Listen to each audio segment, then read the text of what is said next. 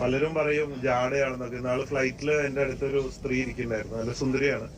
അപ്പൊ ഞങ്ങള് hello hi എന്നൊക്കെ പറഞ്ഞപ്പോൾ ഞാനും വിചാരിച്ചു യാത്ര ആരെങ്കിലും വർത്താനം പറഞ്ഞിരിക്കാൻ സൗകര്യമായല്ലോ എന്നൊക്കെ വെച്ചിട്ട് സന്തോഷമായിട്ട് ഇരിക്കുമ്പോൾ വളരെ ഇതൊക്കെ ആയിട്ടിരുന്നു. കുറച്ച് കഴിഞ്ഞപ്പോൾ എന്നോട് ചോദിച്ചു എന്നെ മനസ്സിലായോ എന്ന് ചോദിച്ചു. അപ്പളേ മനസ്സിലായി പണി പാളിയെന്നുള്ളത്. ഞാൻ മനസ്സിലായ പോലെയാണ് സംസാരിക്കുന്നത്. അത് കഴിഞ്ഞ് കുറച്ച് കഴിഞ്ഞപ്പോ വീണ്ടും ചോദിച്ചു ശരിക്കും എന്നെ മനസ്സിലായോ? അപ്പൊ മനസ്സിലായി. സഹോദരി എനിക്ക് നിങ്ങളുടെ ഓർമ്മ കിട്ടണില്ല എന്ന് പറഞ്ഞു.